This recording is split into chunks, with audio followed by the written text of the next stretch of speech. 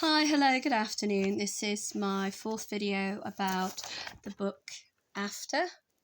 It's the first in the series of 5 that have been written by author Anna Todd.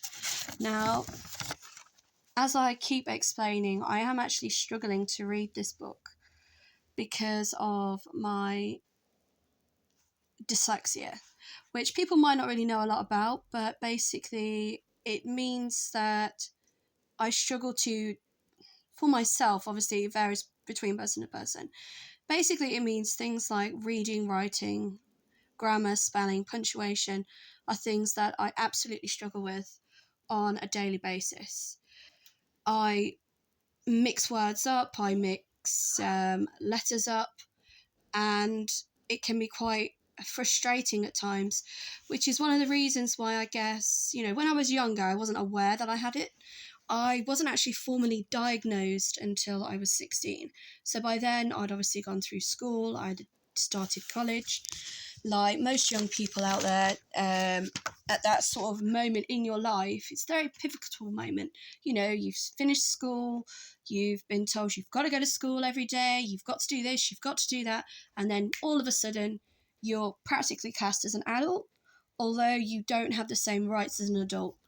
Because back when I finished school, it was 16. Now in the UK, you have to stay in some form of education to the age of 19, which I fully support.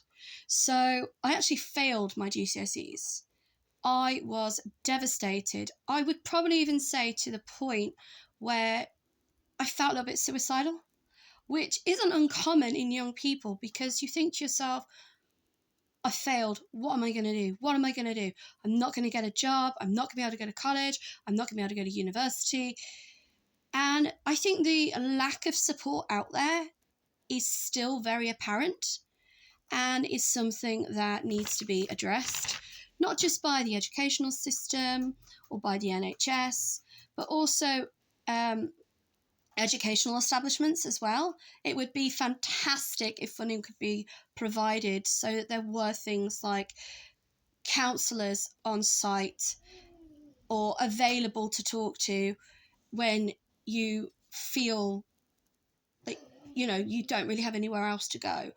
So I guess that's kind of one of the reasons why I haven't really read much. I've only ever read books that I've had to read because they've been part of the national curriculum, or I felt sort of maybe a little bit obligated to read them. And then again, I got to the point where I lived on my own and there wasn't really much else to do unless I went out and did things I shouldn't. But enough of that. So again, I kind of turned to reading, but I found it so hard to find books that I wanted to read or felt like I could read. I apologise to my little ones in the background. I wasn't aware of things like audiobooks or the ability to get books in a different coloured font or a different coloured type of text, or even large print. And then when I ended up retaking my GCSEs, my English teacher, she actually said to me, "You do know you can get books on audio, don't you?" And I was like, "Really? What is that? No one's ever explained this to me before."